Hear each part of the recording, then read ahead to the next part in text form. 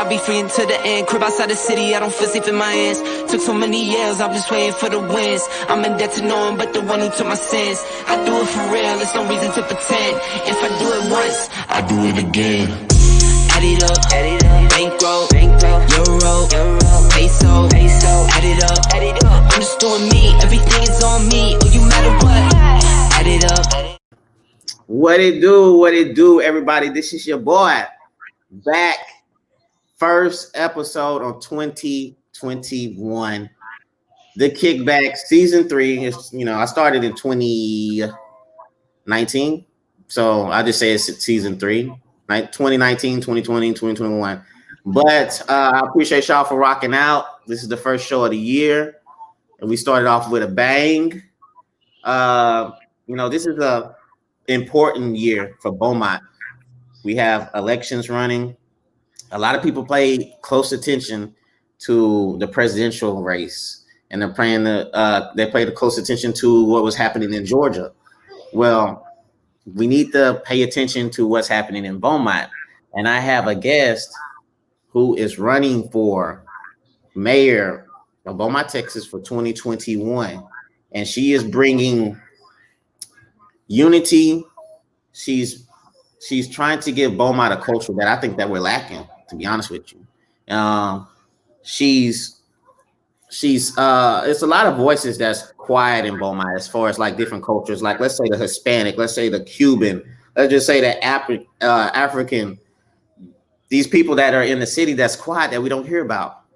And we have a guest who's gonna make these voices stronger and louder and bring Beaumont to the future. So man, y'all welcome my guest on the show. How you doing, Ms. Hernandez Smith, Biguita Hernandez Smith? Hi. What's going on? Hey, Floyd. How's everything? I'm doing good. How you doing today? I'm wonderful. Enjoying the journey. Things got very busy, but I always try to remind myself that it's important to enjoy every moment, right? The journey is that's the best part.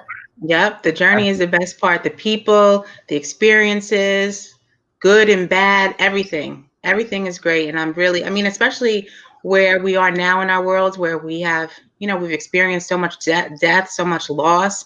I'm happy to be alive. I'm happy to have this opportunity. Mm-hmm. Yeah, no doubt. And I'm honored. I'm humbled that you was able to take time out your day to come on the show. Cause you've been busy. I've been busy, but Floyd, this is a show. If there's any show to be on, this is the show.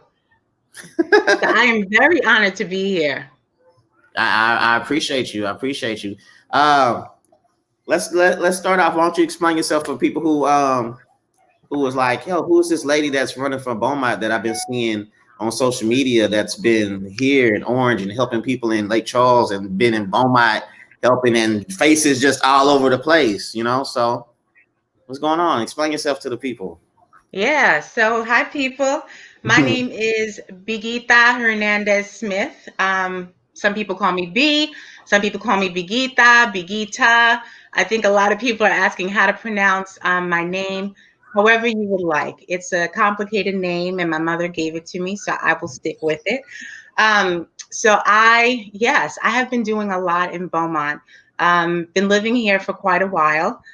Just want to say that I chose Beaumont. So I'm originally from New York, and I chose Beaumont to raise my children and to continue to place roots here. So I have my children here. I have my parents here. I see bienvenidos. I have my children here. My parents are here. My husband, as well as grandchildren. So I have 4 grandchildren that are here. So we chose Beaumont. And the reason why is because Beaumont is a very special place. My parents are not from the United States. They're immigrants. And they love this city because they love the people. People are so warm. People are so genuinely good. And I decide to really take the time to build relationships with everybody. You mentioned Orange. So working in Orange and working in Louisiana. So one of the things that I'm most proud of is our Love Thy Neighbor project, which was an initiative as a response to Hurricane Laura. Hurricane Laura was one of the hurricanes that didn't hit Beaumont. And I felt like we should have been, we should be empowered in that state, that we weren't the Yeah. victim at the time, and go ahead and help our brothers and sisters, our neighbors, which was Louisiana and Orange. So we did some great hurricane relief work there.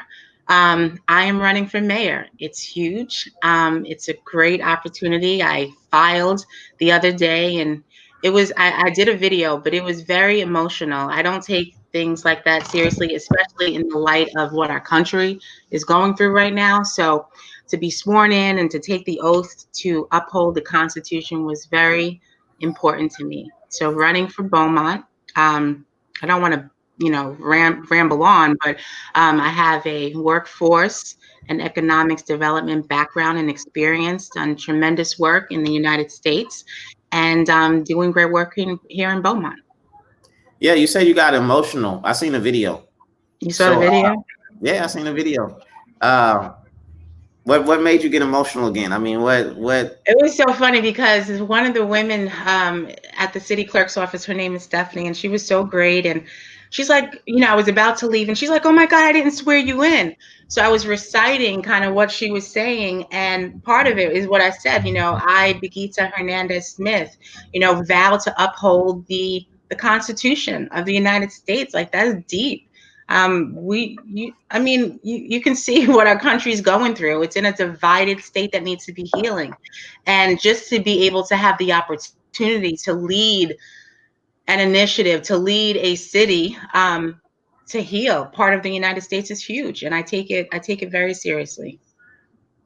Yeah, I think you held it in pretty good. I don't even gonna lie to you. I thought you did good. I thought a lot of people ball out. I'm a Cancer. I probably would have balled out a little bit. Oh, but I was by myself. If I was like with my children or my husband or my mom, I would have passed out. I would have passed out right there.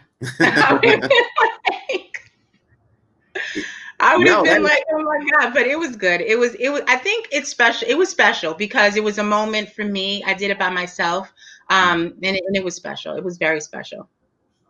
I don't want to take any moment like that. You can't take these moments for granted. Yeah, what the lady that didn't sworn you in, that's important too. How she like, oh my God, I didn't sworn you in. Like, she laughed. She was great. She was so warm, and she was like, she wished me the best, and she was just great. It was a great experience. Quick, very quick. I wanted to make sure it was symbolic to me too. January 13th, that Wednesday, was the first day of filing. And so me, like the way how I operate, very methodical, right? Like my thing is I need to make it official, and then we just need to hit the ground running. So you said that whole process was quick when you went in there and got sworn in? Yeah, it was quick. It was about 15 minutes. Oh, okay. Yeah, that is kind of quick. Okay. You interested? Why are you asking so many questions about the process? Well, everybody don't go through that. So, it's like, I thought it maybe be like, get 30 minutes, 45 minutes. They got to read you stuff. You got to, I don't know. Paperwork, a lot of paperwork. No, it was some paperwork, but all in all, it was 15 minutes. I mean, they knew what they were doing. They were orderly and efficient. We got the job done.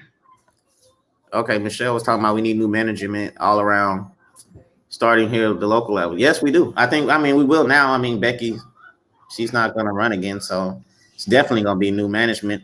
But you talked about you're not from Beaumont.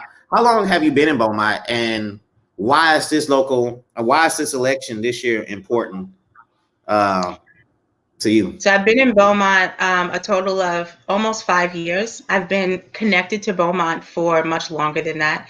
But as far as like actually laying my head on in Beaumont, it's been about 5 years.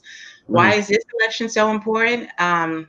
I think those reasons are obvious, but it's important that, politics, right? If you ask anyone in our country, for the most part, anyone in any other country, politics gets a bad connotation. It gets a bad stigma, it gets a bad rep. And it's so ironic that it does, because politicians are there to serve the people. We are working for the people.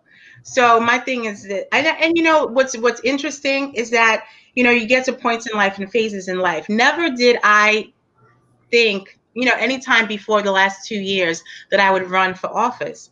But you know, there comes a time where you say to yourself, I got to step up because things need to get straightened out, right? We need to really lead our people in the right direction. Yeah. So here I am. Yeah, and no doubt, and I think we've been lacking that for a long time, and I think it's going to be a major turnout voting this year. I know the last election the turnout was pretty embarrassing, but I think this year is going to be. I think it's going to be huge numbers. It might be record numbers. I don't know what a record number Get is. this. I think that we need to make sure we do things on purpose, right? So yeah, you would imagine, right, that it would be record numbers, but we can't assume. We need to make sure, and we need to connect, and we need to make sure that people are equipped and registered to vote. We need to make sure that we help people. So those who are registered, we need. And that was Michelle, right? Her last name was Segura. Yep. Michelle was so right. She talked about how important it is locally. That's a big thing. We need to educate our people how important local voting is. Yes, It's so national. I'm not important. going to take anything away from national, but I'm talking about day-to-day life. I'm talking about, how do you take care of your family? If jobs are available to you, what's your quality of living like? That's all local leadership. Yeah. You got people from NYC coming through. That's my sister. Okay. Hi, Shalene. Where's she coming? Where you sound like you got a Queens accent. Is it Queens? Me? I'm Staten Island. Oh, Staten Island in the building. Wu-Tang. Remember Wu-Tang? Yeah, I forgot. My bad. It slipped that quick. Yeah, no doubt. Yeah, that's a great conversation too. Terry, not to get off the topic, but Terry said the numbers have to be in 40% for change. Yeah. So what Terry's talking about, hey Terry, what Terry's talking about is the voter registration turnout, right? Voter registration is very important, but the turnout is important because you could be registered all day, but you're not showing up to vote. I believe in the last 3 years it was around, it bordered around 19%. We need to do a Stacey Abrams up in Beaumont, and we need to get to like 50%. I saw Terry say 40. I'm shooting for 50%. And the thing is that we need to learn like this. There's no reason to invent the wheel, right? Like we have examples. Stacey Abrams did a phenomenal job. We need to take her playbook and we need to implement it. Yeah, no doubt. Are you going to do the door-to-door thing? Yeah, we're going to do the door-to-door thing. I mean, we have to be careful. We're in a pandemic, so we need to make sure that we respect people's space. We adhere to guidelines, but yeah, we have to do the door-to-door thing. I mean, the whole point is connecting with the people, like I said, educating them, getting them to understand how important this is, and getting them to get a feel. It's important. I can talk about experience and accomplishments all day. It's nothing like being one-on-one with the person and getting an understanding of how passionate and how genuine I really am. And listening, getting an opportunity to listen to their concerns. Yeah, and you said like a couple years ago you wouldn't imagine yourself running for mayor. Yeah, what's funny? I started my career in public service working for New York City local government, which was challenging, right? And so there's a lot of bureaucracy. Any government is a lot of bureaucracy, a lot of challenges, a lot of different initiatives that are all big priorities. So I have always been in the arena, but the actual position of mayor never dawned on me until, we got to a climate where it's like, wait a second, I'm a great leader. I've done some great things, and I have not only have I done great things, but I've learned from mistakes and missteps that I've had, and I can do this. I can definitely do this, and I have the right intentions to do it. That's the key. The intentions. Are you going to do the right thing when no one's looking? Why do you, asking the question, why do you even want the position? If somebody asks me, why do I want the position, has nothing to do with self. It has all to do with how do we lift up our people? How do we get them to a better place, to a better quality life? Yeah. You and when we had that conversation, and you was explaining like, okay. my daughter. And you was explaining how different cultures and that were kind of quiet in Beaumont that go overlooked and people ignore. And I didn't even know about, and you woke me up on that. You woke me up on that. I didn't even know we had like Caribbean culture and all that. Yeah. And I think that's important. I thought that was kind of dope how you want to bring like unity and a culture in Beaumont. So, I mean, can you explain that how we had that conversation? How as far as like building that, because that's something that Beaumont lacks. I mean, pretty much you have like white, black, Hispanic. That's it, Mm-hmm. and that's all. And like you said, the Caribbean culture and Cuban and Yeah. Puerto and Rican, yeah, Puerto Rican. Indian, Middle Eastern. So let's talk about unity. For it's a term, especially now that you put on the news. That's all you hear all day: unity. But when I talk about unity, I like to set the foundation of being together, right? So when we talk about unity, there's different categories, but ultimately we need to be united. There's no way that a city can move forward if they're not united in different categories. So let's talk about, our biggest entities. So you got the city itself, city council, and the city employees, and then you have BISD, and then you have higher education, you have business leaders. Those you have healthcare. I don't want to leave anybody out. Mhm. Those entities cannot work you can work in silos, you can, but to Yeah. get to the next level, you're not going to get a city will not flourish the way it's purpose if everyone's working in a silo. So when I talk about unity, I talk about the notion of coming together, not coming together and everyone agreeing, but coming together. When you had mentioned ethnicity, yeah, this Beaumont, New York is always referred to as a melting pot, but Mhm. Beaumont is its own melting pot. But the thing is that someone has to be interested in it, to look for it, to know that it's there. You understand what I'm saying? Yeah, I know. So, for instance, there's a huge Indian population, Middle Eastern, Yeah. European, Hispanic. You got to look for it. And that's something that attracts me. So, when I see people of different ethnicities, I'm going to have the conversation. It starts with a simple conversation. I'll give you an example. Today, I went to go get my eyebrows done. And Mhm. I get them done by a woman who's from India, right? And I Yeah. told her, and I said, I'm running for mayor, and I would love to be introduced to your community and the people, that come from your country.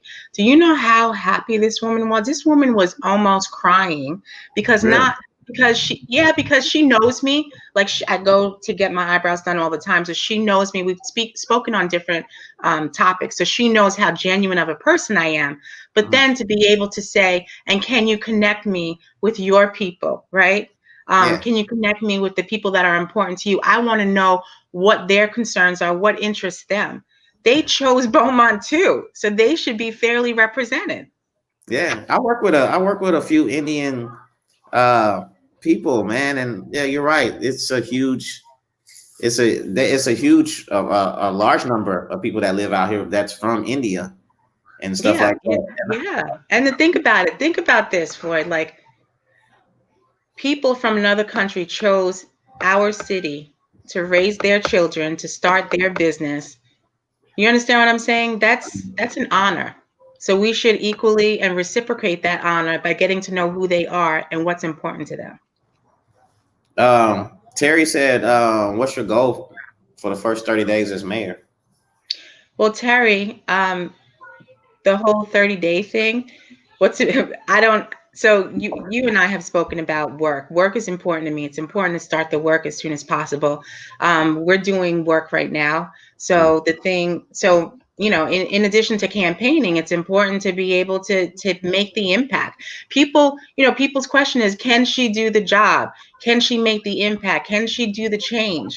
The change is happening right now. So the 30 days, I mean, it'll be based on what we've accomplished so far. So me and my team are working on some very specific programs to make impact before we get to that 30 days, before we get into position. So, Okay. one of the things that we're working on is a youth program where we take 18 to 21-year-old youth, right, that have a lot of potential, that show potential but have barriers. According to the Sheriff's Department, we lose our youth during the ages of 18 to 21 because they don't necessarily have a next step. So we're going to take those folks, we're going to do a pilot program, and we're going to do a curriculum around character development, family values, workforce development. How do you maintain yourself on a job? How do you conduct yourself? Eye contact, resume, interview, all of that, and then ultimately put them in some type of internship or, an actual position when they graduate high school. And we're talking about folks that have decided not to go to college, folks who are graduating like from a technical education program, BISD. So that's one of the things we're working on. Another thing that we have is we have a unity committee where we do exactly what we just spoke about, right? We're going to find the folks and find the people that are leaders within our community from different ethnicities and really come together and understand what their needs are and have some serious conversations that, people might agree to disagree, but at least we start the listening part of it. Yeah, and like I said, like these, uh, I think that's a great idea as far as that unity. Reaching out to these leaders within these communities, because I don't think that's ever been done. Especially with the Hispanic, I tried to reach out to different Hispanic and try to find like a leader and try to find like a page or group that consists on their issues and their problems and to address to someone like you who might be potential mayor or a councilman or anybody just to be that leader of that community. And we definitely need voices like that, and I think that'll definitely make Beaumont stronger. Yeah, but like I said, they're there, and this campaign will be representing them. But it's about, you're only going to find it if you peel back the onion and you actually have the interest. But let me go back to Terry's question on 30 days. So Terry, I'm working now, and I talked about that. But the first 30 days, what's the most important thing in position? Building the relationships with the council, right? Understanding what their stances are, gaining perspective on their opinions, and really being able to set a culture to work together. That's the huge, because if a council cannot work together, how are we really leading the city? I want to be able to sit with each and every one of them. Now, I've sat with the majority of them, but okay, now, this is our council, and how do we move forward? What is it that you want to see happen? It's important that even, we're all leaders, so we all have to be able to listen to each other and ultimately work together. Work together, which means I need to respect you as a human first. I need to respect your opinion. I need to respect what it is that you desire, and ultimately we can get some common ground. Yeah, because when you watch their meetings every Tuesday, seems like it's a lot of arguing going on. It seems like it's like one person has an agenda, the other person has another one.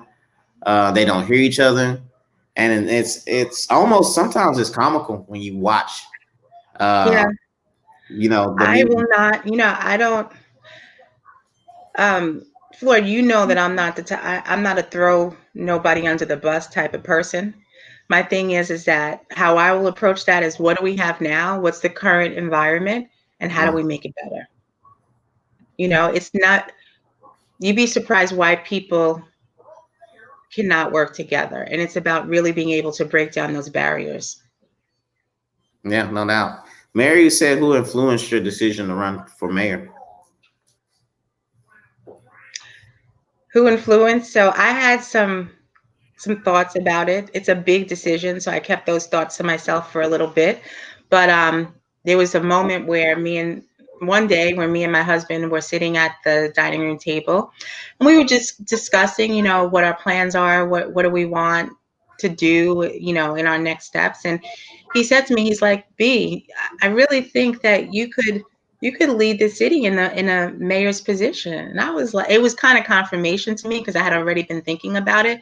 But he talked about my experiences and the challenges that I've had before, all the lessons I learned, and I felt like that was confirmation. So Also, I was very inspired by Judge Naomi Flowers Doyle. Very Yeah, inspired. no doubt. So I went and I voted for her, and I saw her, and just, as a woman of color, as a professional woman, she was out there. I could really relate to the fact that she was, she had poll workers, but she was in the trenches and she was doing her thing too. She was And grinding. she was grinding. And I love the grind. I was gonna say, who doesn't love the grind, but there's folks who Yeah, don't love the grind. But no I doubt. love the grind. So I saw her, I was like, I love the yes. grind. And her and I, had a conversation, and I moved forward. So I would say it was myself, my husband, and Judge Doyle. Yeah, no doubt. And that's one thing that's important. You got to love the grind in whatever you do. If you want to be like, let me have my little moment real quick. Yeah, have your moment. Go ahead. People out there listening, if to be successful in anything, you have to love the grind. You have to have a passion for it. Because if you don't, you're not going to be consistent. You're gonna end up falling off. And That's right. So can I change the table a little bit? Can I ask you a question? Yeah, go ahead. So that KikBack shirt, that's your own line, right? Talk to me about how many days you were exhausted that you wanted to sleep, but you kept on grinding. Yeah, I mean, I'm still grinding. You know what I'm saying? I'm never satisfied. Sometimes it's frustrating because, I might like it, and then the next day I don't like it. And then I go back and I end up liking it.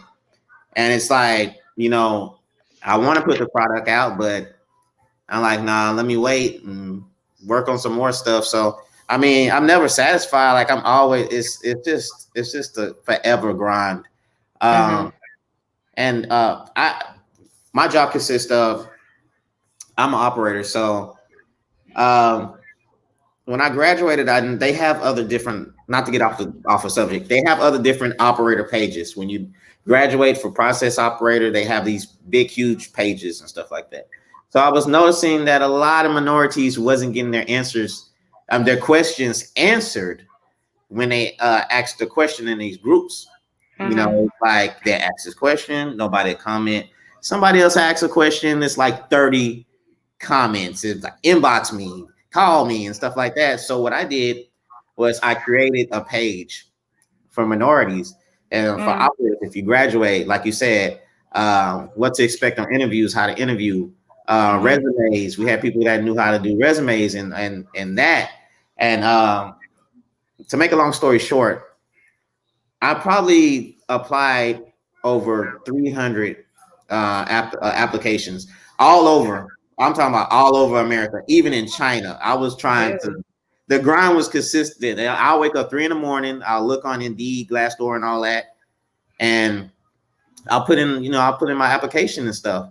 And even after I got on where I'm working at, it still was hard for me to not look for jobs. I was so addicted. So what I did was I created that page, and when I look for jobs, I would post it on the page for everybody, That's for other people that were hiring and stuff like that. So the grind is addictive, and it's very important. You have to have it to be successful in whatever you do. So I mean, sorry, I got off topic on that. No, that's okay. That's fine. Two things that you said that's really important that I want everybody to hear. Yes, the grind is important. However, you see when you said that you walked away and then you came back and you liked it again. It's important that we get our rest. It's important that we step away and kind of take a breather in whatever we're focused on and come back to it. Because it's always when you come back that you have, the revelation, the great idea, you have a new burst of energy. So that's really important. And the other piece is, Floyd, that's big. You saw an opportunity. So an opportunist sees an opportunity and fills the gap. So hats off to you that you filled the gap that you knew that was needed, which is minority representation in oil and gas. Yeah, definitely. Like I said, somebody asks a question, it would be quiet. And this group had like a good 4,000, 5,000 people in this group. So somebody asked that question, it would be like crickets. And then, somebody else will ask a question. Maybe the next day, it's like 40 comments, and it's like, hey, yeah. But the thing is that did you sit there and complain? No, you created something that would satisfy a need. Yeah, that's the difference. You understand between an average person and a person who's going to step up and take a lead. Yeah, no doubt. Shout out to Kendrick Lane. He's on the show. Hi, Kendrick. Shout out to it's not his name, Frank Lucas, but shout out to Frank Lucas. I would say his real name, but I'm not. I'm just gonna go with Hey, Frank. Jared Tank. I used to work with him. He said oil and gas makes the world go round. Absolutely, it does. Yeah, it does. It definitely does. I've been seeing this question pop up a lot, and it's about growth in Beaumont. Somebody posted a thing. I think they said the population of Beaumont was in. Yeah, I saw that. Yeah, I think it was 1997 or 1998 or something like that. It was 114,000, and now in 2021 it's 118,000. So, I mean, do you think that's a tough challenge to make Beaumont grow, to have people want to move to Beaumont? I mean, as far as the attraction level? Any challenge is tough. Any leveling up from status quo is going to be tough, and it's not going to happen tomorrow. However, you need to focus on the need. You need to take the first step. You need to start marching. You understand what I'm saying? Like, do I think that could happen where we can increase our population and steadily increase it and make sure that it's consistent annually? Absolutely. But we have to do the work that's involved. You got to break it down. First off, we need to make sure that there's ample opportunity for folks, right? And it's not just a job, but that whatever that entry level position is, manifests itself into an actual career. And we need to make sure that we have opportunities that interest people, right? Interest our students, right? We need to make sure that we have a quality life, that life is fun. Life is short. I think we all can agree that during this time in COVID and the pandemic, that life is really short. Every single one of us, I'm sure, on this podcast knows somebody who's connected to somebody who has passed. Life is short. We want to have a good life. What's a good life? Being able to enjoy culture and be able to enjoy music, great restaurants, great food, great, recreational life, parks and stuff like that. So I think that we have a lot of it. I think it just needs to be packaged. It needs to be touted. We need to be able to tell the rest of our country, this is Beaumont. And Beaumont, yes, we are the petrochemical mecca, right, of the world. However, we also have this. We need to be able to have pride in our city and be able to tell people, come here to Beaumont and have a quality life. Yeah, no doubt. And that's one thing, like, I get jealous about as far as New York. They celebrate different cultures out there. It's a celebration of different cultures, and I think that's something that I wish we can experience out here in Beaumont. Well, what do you mean wish? There's an opportunity. Let's do it. I mean, it's not, the thing is that I'll take the Puerto Rican Day Parade, for instance. That's a huge celebration in New York City. There was once a day where it didn't exist. But some group of people stepped up and said, this is how we want to celebrate the Puerto Rican culture. And then the Cuban culture and the Irish culture is huge. March 17th, St. Patrick's Day, is a huge holiday in New York. But it just takes a matter of people who are invested, people who want that to happen, and people who are going to walk the steps and execute to get that to happen. So, I would love to do that. And I plan on doing it in Beaumont. Mary Williams was talking about we got to stop the racism that has divided this city. Yeah, we definitely. That's one thing that it's two things that I hate in life as far as people. It's racist people and selfish people. Racism, yeah. I mean, racism, yeah, that is something that we got to tend to in this area. Yeah, I think that racism is rooted in insecurity of the unknown and what's not familiar, right? Yeah. And so it becomes an intimidation. It becomes something that's fearful because we don't allow ourselves to embrace somebody else's difference. I think that's what racism is. And it's deeply rooted. I think it's deeply rooted in our country. I'm not going to just attack Beaumont, but I think that we need to do a better job of, like we talked about before, getting to know each other's culture and being open to it. Yeah, I mean, definitely. Even like, for instance, like Irish and German and everybody, not just, Absolutely. not just, just certain ones, like everyone. That's one thing that Mike Getz, he implemented Beer Fest, or what is it? Oktoberfest, I'm sorry. Mm-hmm. Oktoberfest. And, I think that's like based in what, Germany or something like that. Mm-hmm. And it's celebrated in Beaumont. I'm not sure why we can't have, That's other. fantastic. That's Yeah, excellent. I've never been to it. I passed through it one time and it was lit. It was like I didn't know For what was real? going on. Yeah, I was just going to the house and I passed through that way. I said, man, what's going on over here? It's vendors Uh-huh. everywhere. There was a lot of people there, and it looked like fun. A lot of people said they had a good time. And Mm-hmm. that's what I think that, I like that. I think Beaumont needs more than that. I know it probably costs, taxpayers and all that type of stuff. I don't Yeah, know but what the it thing costs. is, people have great ideas, and we don't have to reinvent the wheel. So if Mike Getz was the author of that, hey Mike, how did you go about doing that? What's the blueprint of that? How do we go about multiplying that into different different ethnicities? It's Definitely. here. So let's capitalize on it. Yeah, Scott said we should all embrace and celebrate our differences. No doubt, man. I think people. Scott's from California. He's really different. Scott's from. Oh, that's one of your people. Dang, we on a nationwide level right now. You know what I'm saying? B got me national. That's right. National. Soon to be global. But yeah, man. Hopefully so and stuff like that. So, uh, yeah, I think I think Beaumont. I think 2021. I think it's going to be a lot of change that's going to go on in Beaumont. I think it's for the best. I think it's definitely needed. Aren't you I think the excited? basic. Say again. I said, aren't you excited? I'm definitely, yeah, I'm excited. I was excited last year to for 2021. People was excited about the presidential election. I'm thinking like I'm waiting on this local election that's going to come up in 2021, and Mm-hmm. I'm excited. I don't know. I can't wait to vote, and that's I going to think be that's I what just I'm. think it's a great time. I think that people are thinking about their contribution to their communities in a different way now. That's exciting to me. You understand? People who didn't necessarily get involved before want to get involved. That's me. Yeah, that's definitely like me. I always wanted to get involved. I always been quiet. I always like voice my opinions, like maybe Mm-hmm. to like my wife, just telling her stuff, what I thought about things, and then Mm-hmm. it kind of developed to me. It developed to me wanting a podcast.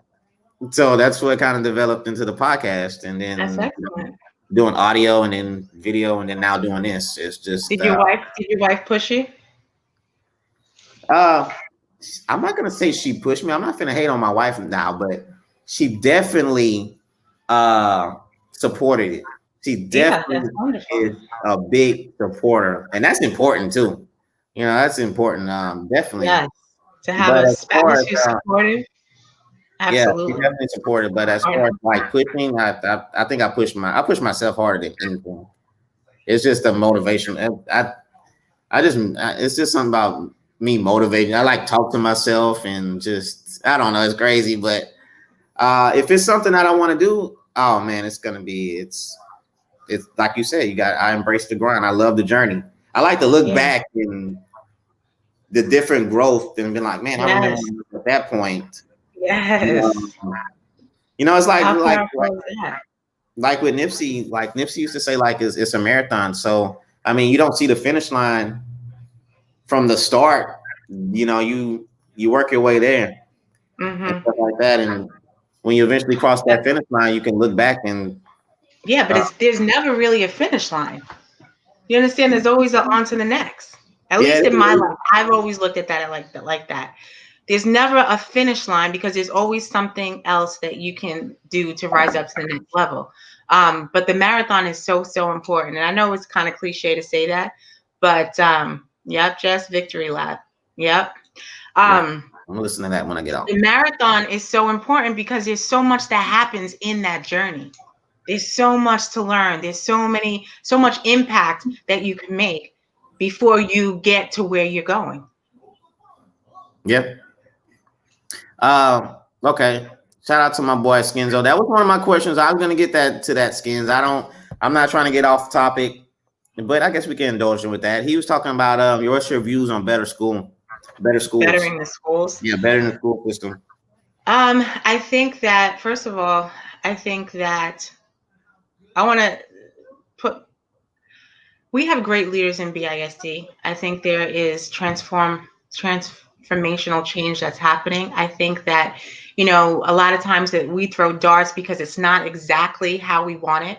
I think that they have done a commendable job in this pandemic. Can you imagine, something like transitioning to virtual learning? That's like a 3 to 5 year project. You know what I'm saying? And to be able, and we're not, and of course, it's not perfect. It's not perfect anywhere. But for us to be able to move forward so that kids are learning, so that there's something there for them within, such a serious state of our country, that's huge. So I want to take my hats off to them. As far as bettering schools, I think that there's always opportunity. I think one of the things that I'd love to see in the school district is really preparing our students for entering in the workforce, like old school values that I think some of our younger generation, they don't necessarily get because there's a lot of entitlement, right?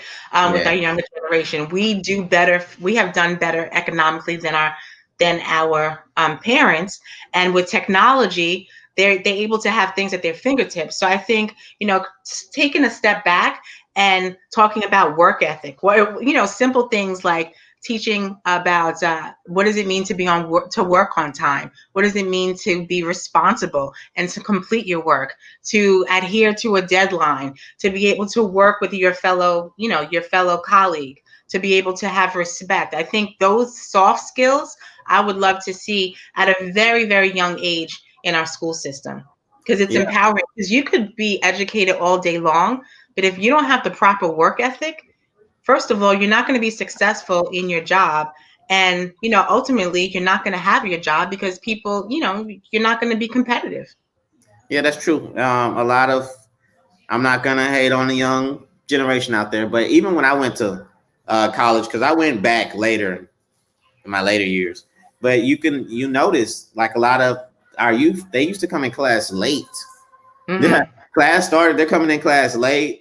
They don't have any pencils, pens, or whatever it may be. And I think it definitely starts at an early age. They need to know the importance of coming to work on time. The fundamentals. I call it the fundamentals of life. Yeah, it's pretty basic, but sometimes, it's still, you still need to learn the basics to, to better yourself. But I mean, hey, y'all, I got these questions coming. I mean, I was seeing the questions. I don't see them now. Oh, you don't see them now? No, I think I only see them when they pop up and then they go away real quick. Oh, that's the one. Yeah, because I mean, so many popping through and stuff like that. Yeah, you know what? Not to skip past that question real quick, but as far as BISD, I mean, it took a major hit a few years back with the scandals and all that. And I'm actually like on the teacher side, as far as teaching, they do an incredible work. It's hard being a teacher. It's very hard being a teacher. My husband's a teacher. It's very hard. A lot of work. Kids are they're difficult to deal with, and you have to have the patience and you have to have the resilience, to teach. You gotta want to love to teach, and a lot of blame gets put on the teachers from what happens to the students and stuff. I think a lot of parents want the teachers to be like, the parent when they're not there. And that's just not the case. But it would be a lot of people, a lot of parents and stuff. That's like a big thing with them as far as education with BISD, and can it be attractive enough to keep your students here instead of shipping them out to Hardin Jefferson or Hampshire Finette to try to get a better education, instead of BISD. So I think it's just building that brand back up. Building the brand back up, I think a lot of it has to do with parent reinforcement. I think we need to, it's important that we have onus from the parents. The parents have a certain responsibility as well. I also think that, and I don't know, I think that it always helps to make sure that we have the right people in place. When I approach building a team, and I'm in public service, so I'm in workforce development. That arena is hard, training people and educating them to ultimately get into position to receive a job. That's hard work. So anytime that I've built a team, I've always said, why are you here? Because please, if you're here for a job, you're not going to last. And I need people who their hearts are really in it, because it might not be the best paying job, but if your intention is right, you're going to be, if your intention is right, then this is going to be rewarding for you. But if you're just here simply for a job, then it probably isn't the right job for you. And I think teaching is the same thing. It's hard because we need a lot of teachers. So every single one is not going to be the most stellar teacher, but at least, if we can try as hard as possible. And a lot of times, taking people from different careers, transitional, and having their skills transition into teaching could really benefit a school district. Not only BISD, but any school district. Yeah. I talked to Stacy. Stacy will be on the show later on. All right, me and Stacy got promoting her people. Yeah.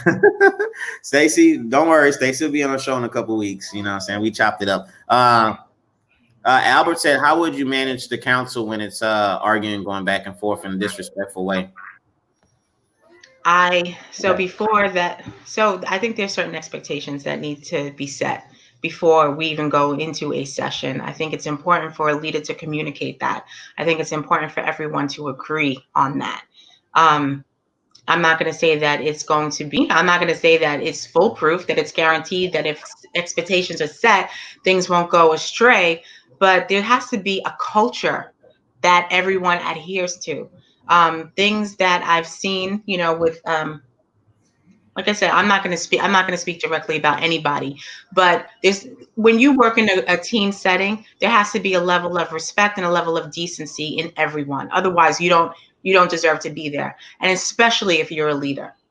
Mm-hmm. You understand what I'm saying? And so if that happened during a council meeting, we would have to have an intercession, and we would have to pause, and we would have to regroup, because that's not going to be, it's not going to be something public to the people. That's just, it's unacceptable.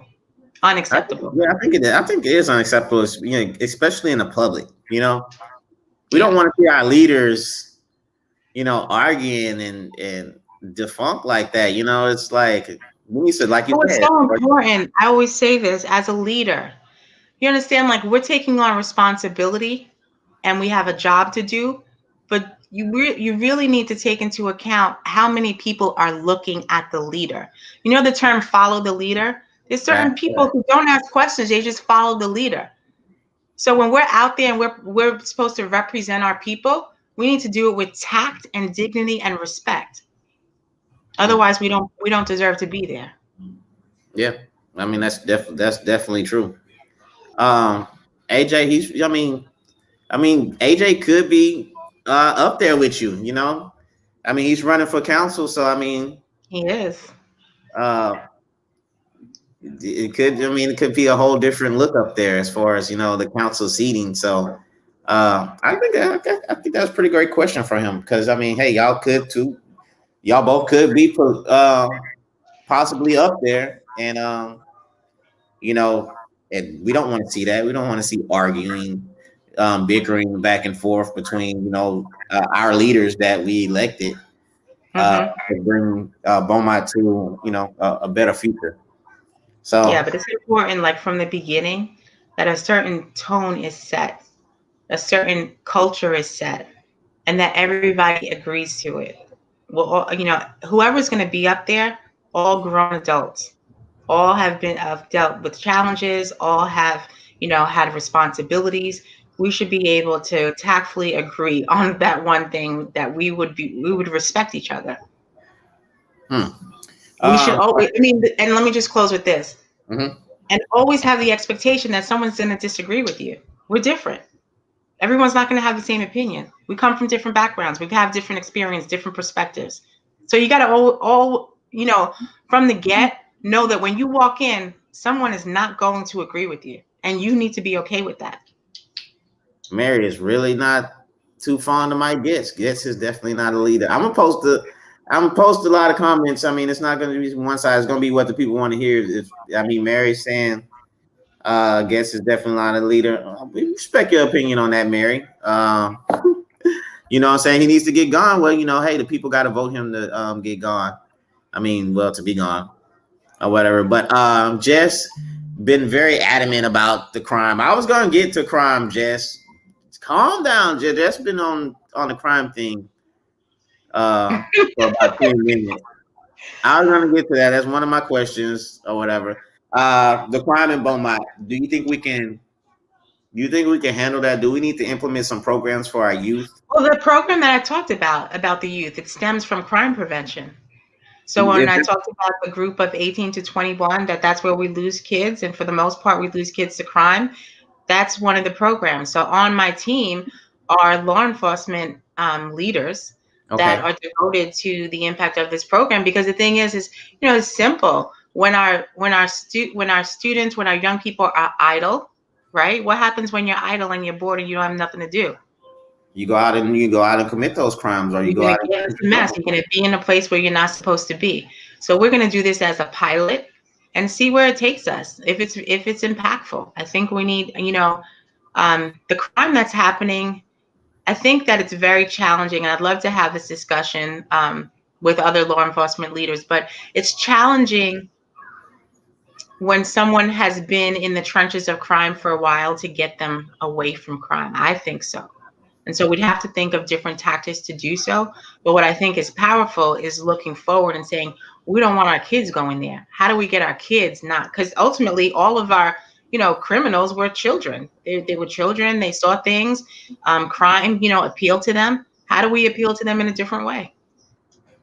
Yeah, that's true. And you're right about 18 and 21, because when you graduate high school, a lot of kids their thought process is like, man, I don't have to go to school. I don't have to go to school right now. I can wake up 10 o'clock in the evening. I could go to the club now. I can come home 1 o'clock. I don't have to.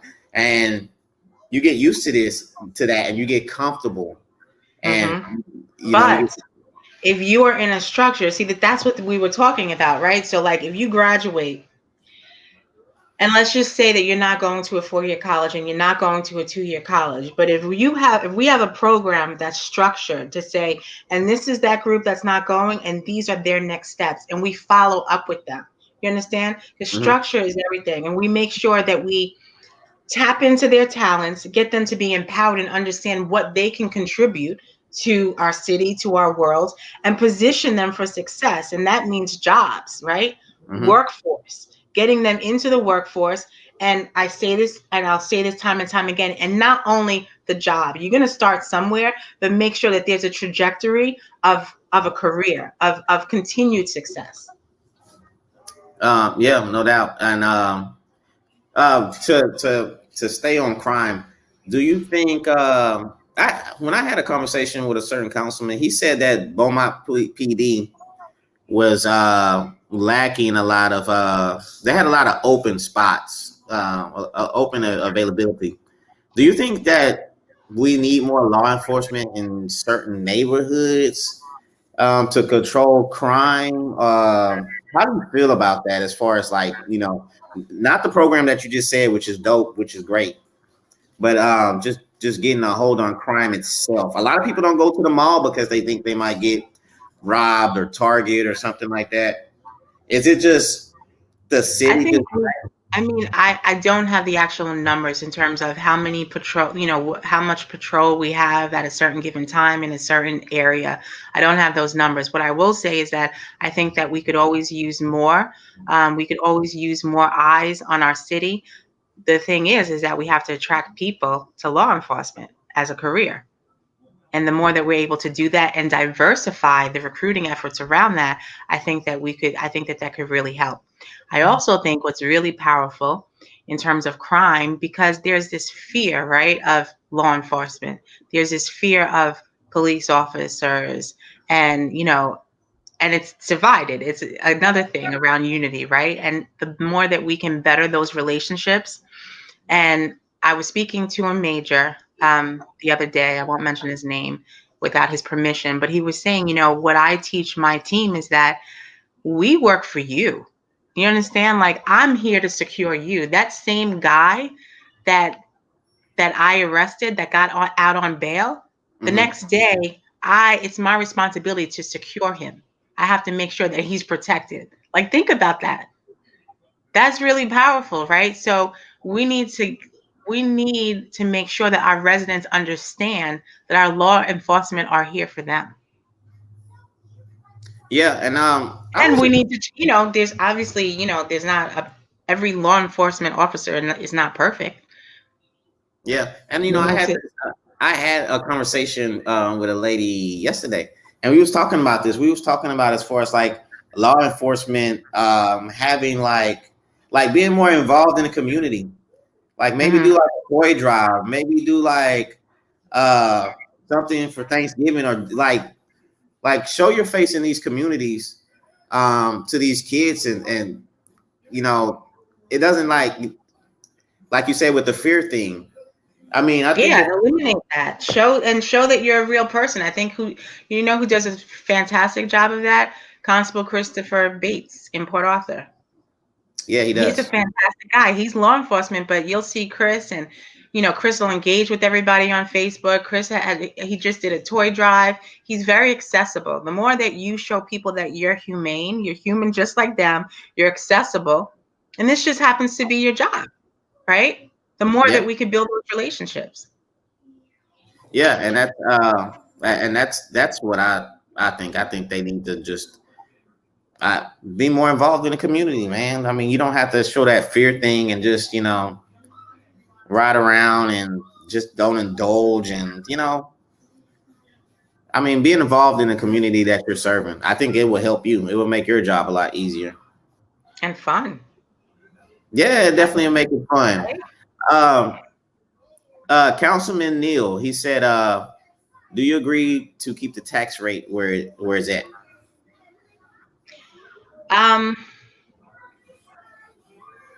At this moment in time, I think that, yes, I agree to keep it where it's at based on the fact that I need to have further discussion with the council. Yeah, no doubt. I think that's a great question. I think that's a great answer to that question. I mean, yeah, I need to have further discussion. Scott said Constable Bates also has a badass beard. He does. He'll be happy to hear about that because he takes a lot of pride in that beard. Beard gang. Let's see. Hold on. Somebody said something too. I didn't want to. I missed the question.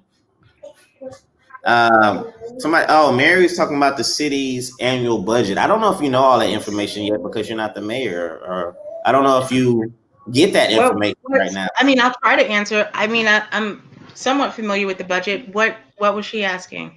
She just said, what's the city's annual budget? I'm not sure what it is, to be honest with you. Yeah. I don't want to throw out a number there. I mean, I have the budget, but I don't. And why are you asking, Mary? Okay, I got you, baby. Can we ask Mary why is she asking?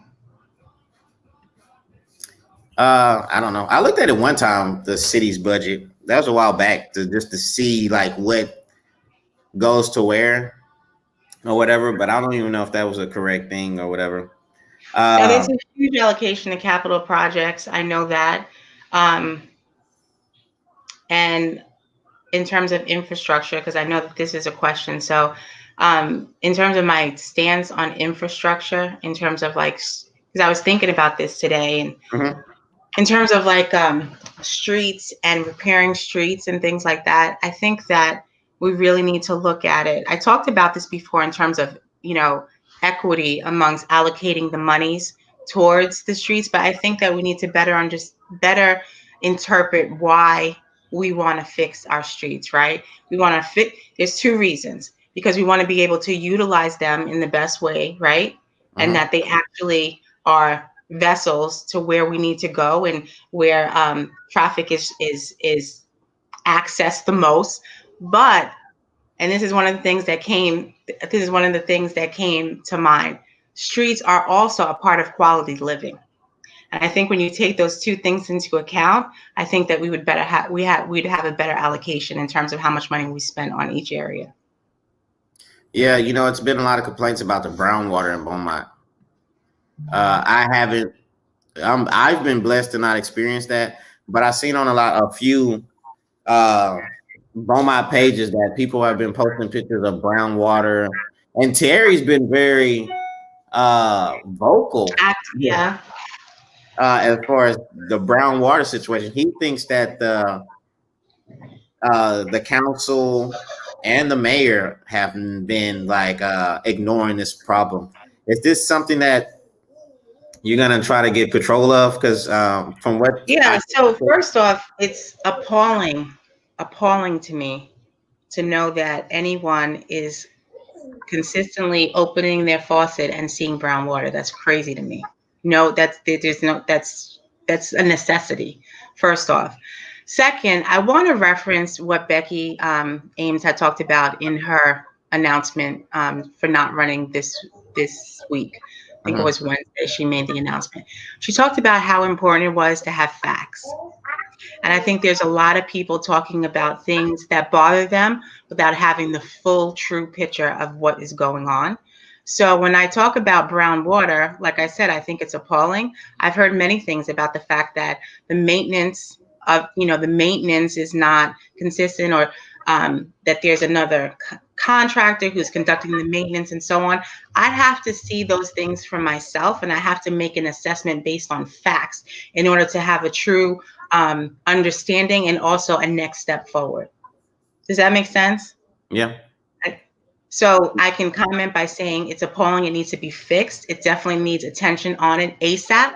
However, I need to know what the facts are in order to be able to make the right decision and to do some assessment, right? Like that's not my expertise, but to be able to really sit with the group and understand, okay, what's happening and what their opinion is of it. I think one of the big pieces is that you have to respect the expert, but get them to get you to understand what the overlying issue is, and to make sure that we communicate to our people, right? To our constituents. It's important that while all these things are happening on the back end, people, when they see the action, when they see the impact, when they see the problem, they're automatically going to assume and get frustrated. But it's our responsibility to communicate with them consistently, to let them know what it is that we're doing, what challenges we've had, and what successes, we've had, so that they understand and they ride it out with us. That's very important. Mary saying that that's her neighborhood, and I think she said that's Mice Gets Ward. She says nothing gets done as far as I guess that ward in that neighborhood or whatever. Hey, well, Mary, I like Mary. Mary is very passionate about some stuff. I seen her. She was voicing something about the veterans and people reaching out to the veterans and stuff like that. And I thought that was Mary. Mary, do you remember meeting me at the there was like there's a group that we're a part of.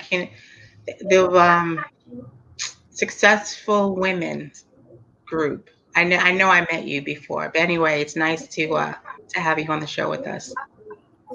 Yeah, and also Heather was saying that for the children, she's like a community centers where kids can go and be creative. That's one of my questions. Thank you, Heather. I'm not going to ignore your question, but you're part of the what is that? You're part of the Downtown Cultural Arts District. Mm-hmm. So what's going on with what's going on with downtown? Are y'all trying to? So we're meeting virtually, but what's really exciting that we're all really excited about is that we're planning a musical event around the city. I don't know how public it is, but I'll tell you a little bit about it, where it's going to be a cultural event where we are going to host different types of genre of music. Hopefully, we'll be able to do part of this, in person, come the summer months. So we're going to have kind of a festival, but the festival will be in downtown, and we want to mimic it around the city so that we, have kind of a unity festival going on. Okay. I think what's the guy? I was on their podcast. Shout out to A to Z podcast. And I think he's a part of the cultural district as far as downtown. I don't know if it's AJ. I forgot their name. I'm bad with names, but it's I think he's part of, I don't know, he might be part of that group too. But he has a podcast called A to Z podcast, which is pretty dope. I was on it. Mm-hmm.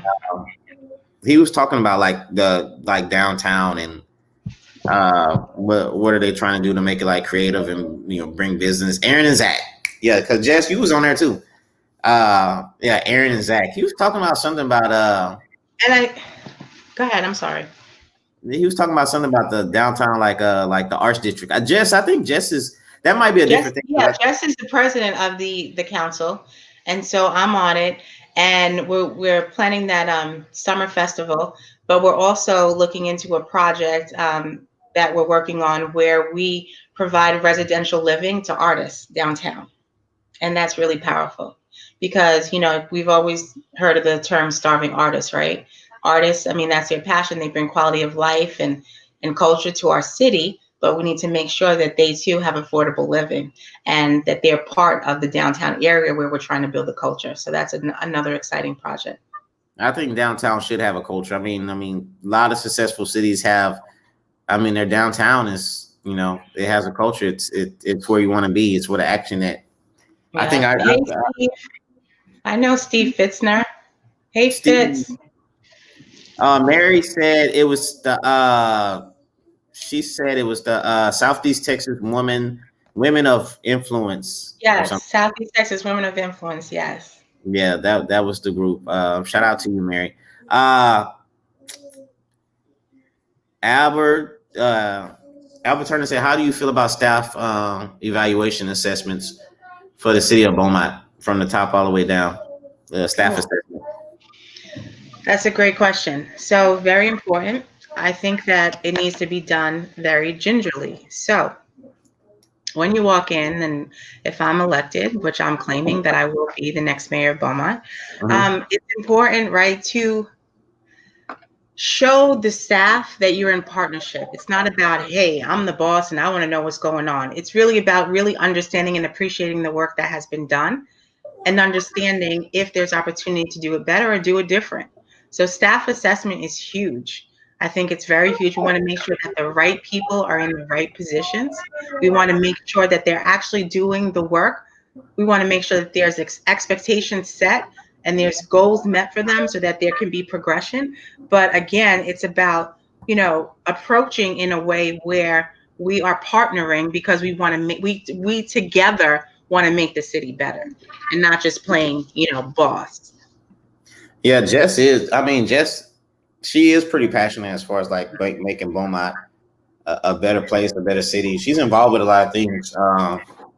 What y'all two do is it takes a lot of work. I know it could be exhausting as far as the projects y'all do.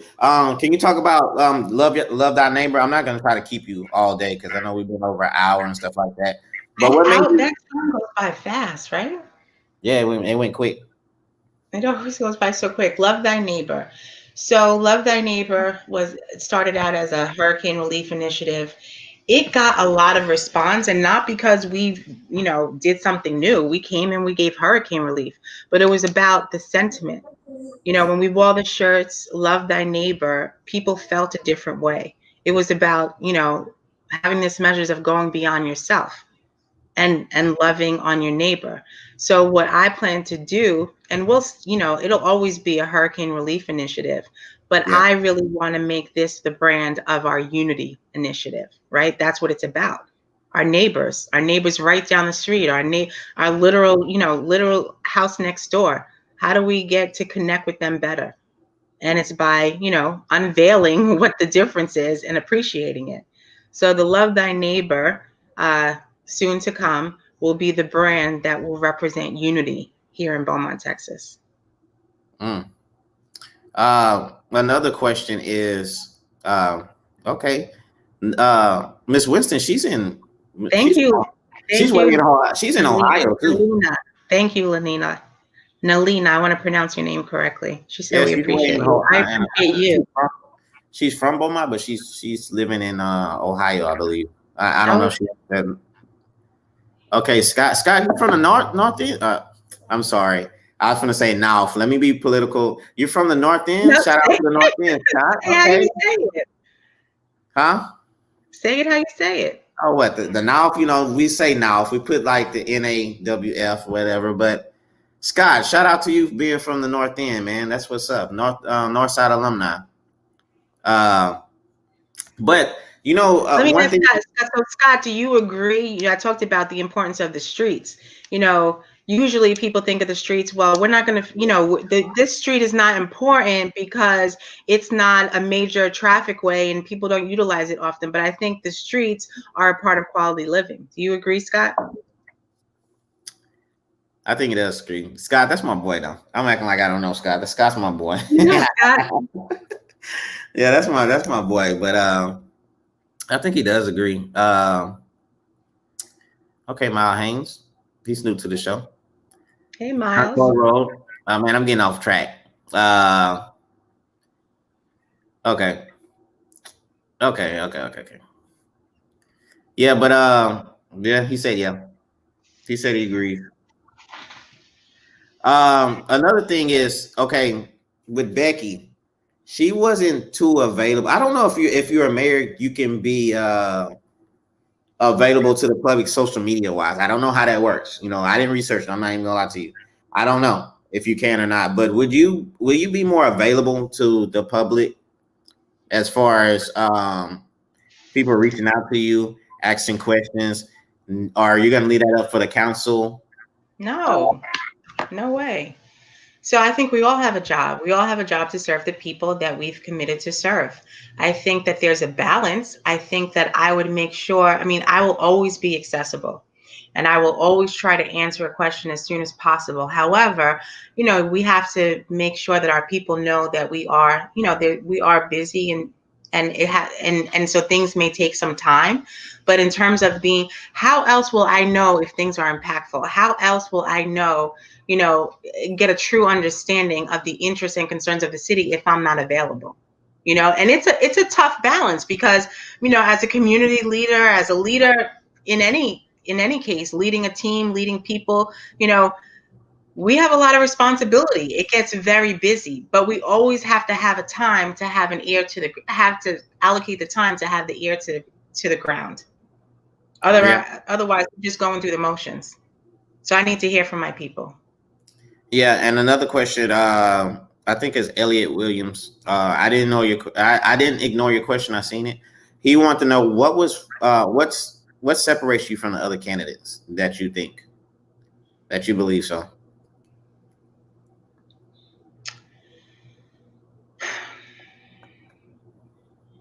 I don't see. So, Elliot, I'm going to be very careful in this question because I am not one to downplay an opponent. That's not how I roll. It's not how I lead.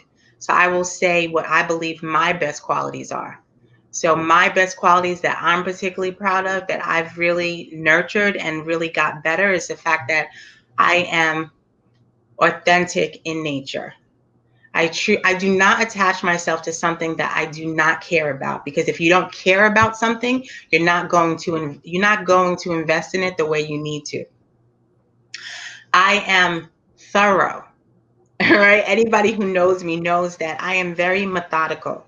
If I'm going to approach a project, we're going to know what step one is up until the last step to get the project done. It's very important to be able to understand the steps involved. Otherwise, you can be chasing your tail because you're never going to be able to execute and get on to that next thing. So I'm very, very methodical. I am a people person. I get joy in connecting with people of all different ethnicities, genders, lifestyles. I want to hear your story. So that is innate in me. And that's something that, a community leader, a mayor needs to have. People need to know that their person that's representing them is accessible and understands them and wants to understand them. So I talked about authenticity. I talked about being orderly. I thought big vision. So I have big vision. Um, Big vision takes a while. So I don't want anybody to think of, the things I talked about in terms of business, industry diversification, getting more jobs in Beaumont. All these things take time, but you have to keep your eye on the prize in order to make sure that it gets done. So I am a finisher. I execute. And and let me I'll drop the mic by saying I grind. I'm not you know what I'm saying? Like, it's not about, oh, I'm a leader, so I'm beneath that. One of the funny things, I'm the founder of Love Thy Neighbor. And one of my colleagues who was working with me said, man, B, like, because I was picking up garbage off, because we were at a site. And I was like, we can't have garbage here. Like, we have to clean up our stuff. Mm-hmm. And the person was really taken aback and was like, man, I see you. You're picking up garbage. Yeah, I'm not beneath picking up garbage. This is about getting the work done. I'm just leading the effort. But I'm going to roll up my sleeves when I need to, and I'm going to grind it out, because and it's about principle, but it's also what I'm attracted to. I'm attracted to the work. Yeah. Yeah, no doubt. Desiree said, so when you get elected, are you coming back to the KikBack? Absolutely. We're going to have a victory party. You're going to be too big to come on the KikBack? I never got big. Please. Of course. We're going to have a victory party. We're going to play Wu-Tang in the background. Yeah, what's my favorite Wu-Tang song? I like Ice Cream, and I like the one that they did. What's the Bees or something? It was like, I think Old Dirty Bastard was on top of the building, then he turned, the bees came down. It's like, I forgot the name. Triumph or something like that. I think it was called Triumph, the video. It's like 8 minutes long or something. Oh, okay. But anyway, let me see if I can get a few more questions in before I let you go. I think that's okay. Well, Terry was like educating people as far as the council can't get streets fixed. They just vote on the contracts, which is true. Terry's very educated on stuff. I call him Big Bro. He educates me on stuff like that. Miles, if the oil and gas industry takes further cuts or transitions due to legislation, what industry would you say best fits Beaumont's economy moving forward? We need to conduct a study, and we need to understand. So I'm answering Miles' question. So Miles, we need to conduct a study.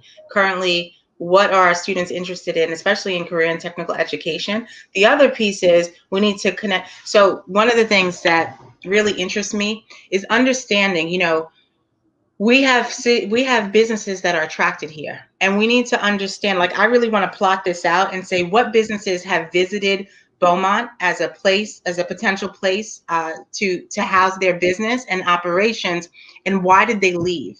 I want to see if it comes, if we plot it out, is there an industry that's common in that? And obviously we have some type of resource that they want, and how do we go about getting better? And how do we go about, because for the most part, Miles, businesses come here because businesses will decide on a location based on the workforce, because you can't have a business if you don't have people to operate it. So we need to have a partnership with understanding where our students are and what they're being educated in, and also what businesses have had interest here and why did they leave, and understand how we can fill that gap in terms of what we lacked that made them, walk away and go someplace else. Yeah. And that's going to piggyback off of Aaron Scott's question when he was talking about the job market and new markets such as AI, technology, artificial intelligence. Yeah, and bringing as far as like a future for Beaumont, because we're mostly oil and gas, so I think that is a good question just in case the market crash. Yeah, I think that the whole arena of technology we need to look into further, artificial intelligence. We just shifted as a country, because, the world, but let's talk about our country. We just shifted big time. We had to adapt to technology that we were not ready for, but we had to make ourselves ready. With that, there's certain skills that we built. There's certain There's certain stamina and tenacity that we now have as a community, and we need to look into how we go about transitioning that to actual jobs, because that's huge, and that's a huge opportunity. It's amazing. It's really a survival of the fittest kind of result, right? It's amazing what we're capable of when we have to survive. And I think that's one of the silver linings in this pandemic. Yeah, Terry was saying that's why they're not coming, because a lot of businesses watch our decisive council meetings and look elsewhere. I think it's a package of that. Could be one thing. That could definitely be one thing. I think we need to do a better job at packaging Beaumont. What do we have to offer? Being proud of our city. This is who we are. This is, really being able to tout it, not being reactive and waiting for businesses to come here, but outreaching and saying, hey, you need to come here. This is what we offer. Yeah, without a doubt. Scott, I'm drinking 19 Crimes. It's a wine. I'm drinking some wine tonight. 19 Crimes is the one that has the riddle. It has a riddle on the. I don't know. I don't know if it has a riddle. It has Snoop Dogg is on one of the bottles you can get. Oh. And it has check it out. I think it might have a riddle. Yeah, I'm gonna have to check the bottle. I'll check it out and see afterwards. But I'm almost done with this. I mean, my glass is almost empty. But I plan on pouring up because my daughter wants to watch a movie. So. What does she want to watch? I don't know. It's probably gonna be Frozen or something again. I don't know. How many times did you see Frozen? I know the songs. I know some of the songs though. I'm getting there. I'm getting to knowing all the songs. I'm like 50% on a song, so But yeah, we're probably gonna eat some popcorn and watch Frozen. We'll see stuff like that. But I think. Can I make a little plug? Yeah, do your thing. Okay, so everybody, I talked about accessibility. I want you guys to feel comfortable with me. I want you to ask me any questions that you can. And so we're limited, right? In terms of campaigning, we're in a pandemic. We will block walk and we will do those things. But again, it's not the traditional campaigning. So with that, every week, starting this Tuesday, I will have a little Facebook Live for 10 to 20 minutes or so, where people can just come on, and it's called Have Coffee with Biguita. Coffee is one of my favorite beverages, and you can come on and just ask me questions, and we can start building relationships. I think that's really important. A lot of people, have questions. I'm here to answer. Yeah, I mean that is important. I mean, you want people to know who you are, then that's with anything, to make them more comfortable. Yeah, absolutely. Because I was talking to get up close and personal as best as we possibly can. Yeah, and I was talking to my uncle about this, and we was talking about as far as like running for, like, for instance, for mayor, and I was talking about before they had this type of technology where it was more accessible for people to watch. Let's say like 20 years ago, you really had to, work and grind and go door to door and or whatever it may be to put yourself out there to run for, a particular election seat. And now you got like my show, you got Facebook, you got Instagram and stuff like that. But, yeah, I do think that there's a huge population that's not on social media, older generation. I mean, my mom lives with us, and the iPhone drives her absolutely nuts, and she is not down with social media like that. So we need those. So with that, we need to make sure we get in front of as many people as possible and have some conversations. What's your campaign page or website? So Jess likes to put me on the spot, and Jess can cook. No, I'm sorry. Go ahead. I'll talk about that. Spicy gringa. Spicy gringa. Yeah. So I have guys. The reason why it doesn't, because these are new things, but my website is www.biguita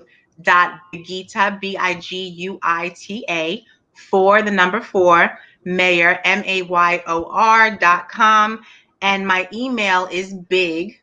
So you guys, that's the slogan, right? I took my name, Biguita. First 3 letters is big. The idea is that we think big. We want big results. We want to do things in a bigger way. So my email is big@biguita4mayor.com. Would love to hear from you. We will communicate as consistently as possible, but please know that it is busy. So give me some time, but I will definitely answer every email, every message on Facebook as best as I possibly can. No doubt. My boy D Norris said if you need campaign photos, contact him. He does photography. Okay. I'll let you plug it, you know what I'm saying? Free plug for that. Yeah, But yeah, D absolutely. Norris, he does photography. Very passionate about it. I've seen his work. He very dope work. So Biguita, anybody else, if y'all need photography, holla at D Norris. Terry, you are right, because I think 2023, I'm definitely Really? yeah, I'm running for city council. I thought about it this year. I thought about it, but no, I think I'm just not putting my feet in the sand right now. And Mm-hmm. I'm the type of person I want to be comfortable with what I'm doing. And I think if I did it, if I actually ran, I wouldn't be comfortable right now because I'm doing too many things. I'm spread too thin. Yeah, I'm doing too much right now, and I think 2023 will be perfect. I And think you want to do it. You want to do it good. You want to put your all into it. yeah, I don't know who's gonna be Ward 3, but that's who I want. That's who I want. That's what I want. I want to be councilman of the North End and South End, which is Ward 3. I want to eventually be councilman of that ward because I love that community. I was born and raised from that community. My charity is Northside Alumni Children's Charity because I believe that it doesn't matter where you're from, you still can be great. I don't care if you're from Plymouth Village, Maida, Magnolia Gardens. I don't care where you're from or whatever, but that doesn't define your success. And I just think that my neighborhood is just, I think every neighborhood is dope, but I think where I'm from is dope and I'm passionate about it. I love it. And I care about the people there. That's And right. I want to see them great. So I would love to be councilman of that, of my community. I mean, So that's you what. know what? A little advice from an older woman. Go ahead. Focus on that. Focus on the why. Don't focus on anybody else, focus on the why. Yeah. Focus where your heart is, focus where your intentions are, and then keep it moving. No doubt. Barry, that's a long thing, man. I'm gonna have to answer that after the show, bro. I think it had to do with assessments. He was talking about the late 90s employees laid off employees laid off targeted employees, or the lawsuits lawsuits or something. Yeah, but there has to be some type of way, because how are you going to assess an employee's performance? There has to be some way. I'll look into it. I like that. I like that. Floyd Hope 2023.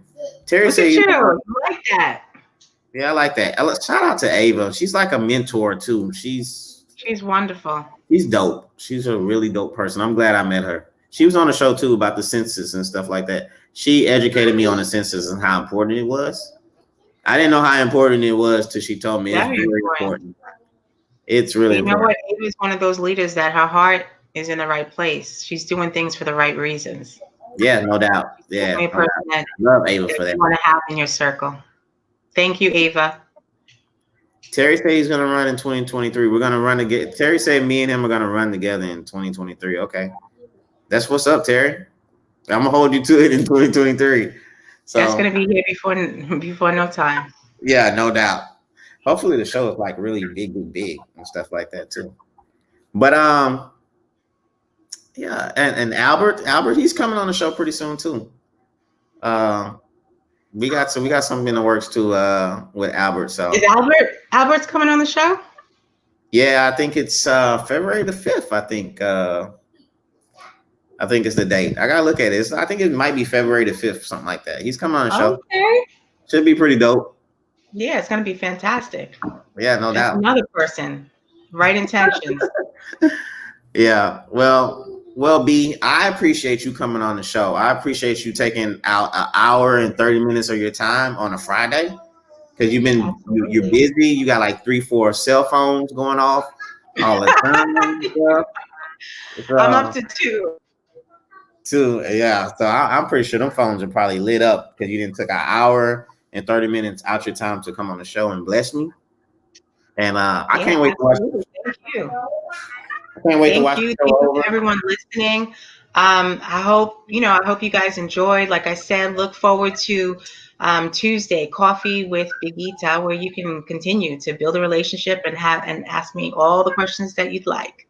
And yeah, great job, Floyd. Great job. Great platform. Hats off to you. I was supposed to got Jess on the show before too. I don't know what happened with that, but hopefully she'll come on the show soon. So we chop that up too. But yeah, she said yeah, okay. Is she coming? No, somebody was like, she's like Kevin Gates. Oh, they're talking about the cell phone. She said you got 2 cell phones. That's a Kevin Gates. 2 phones? Yeah, I got 2. I got 2. Yeah. Well, hey, Biguita, I thank you for coming on the show. I appreciate that. Absolutely. And hopefully this is not the.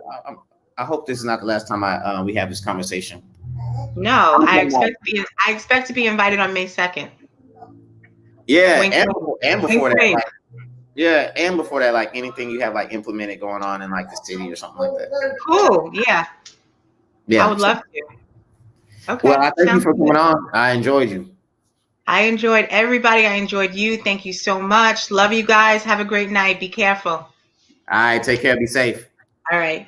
You too. Bye-bye.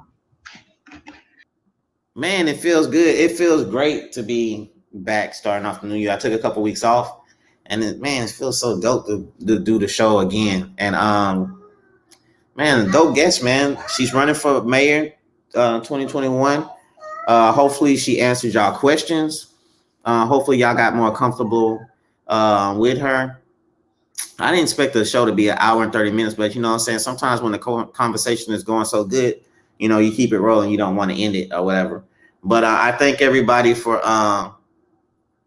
commenting, for liking, for sharing. The clothing is coming soon. The KikBack clothing, the website is coming soon. Hopefully, like by next month, you could be able to get, you know, some KikBack clothing gear. Inspirational clothing for influential people. You know what I'm saying? Everybody who's watching this show right now, you're influential. If you're a mother out there grinding, if you're a dad out there going out there to get it for your kids, if you're a teacher, if you're a single mom, anybody, if you out there grinding, you're influential. You're an influential person, and my clothing is inspirational for people like you. So, you know, hopefully it'll be out in a month. And hopefully you like it. You can go on the website, check it out. I post pictures every now and then on Facebook, but I delete them quick because I don't really want people to see it right now.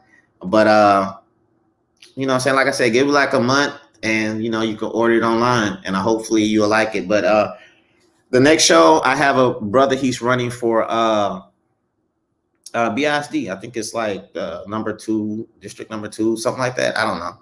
I got to research more on that, but that's going to be another dope show because it's going to be pertaining to our kids and it's going to be pertaining to the school district. So hopefully y'all can tap in on that show. And I think February the 5th, I got AJ coming on the show too, which is going to be a dope show because he's running for councilman at large.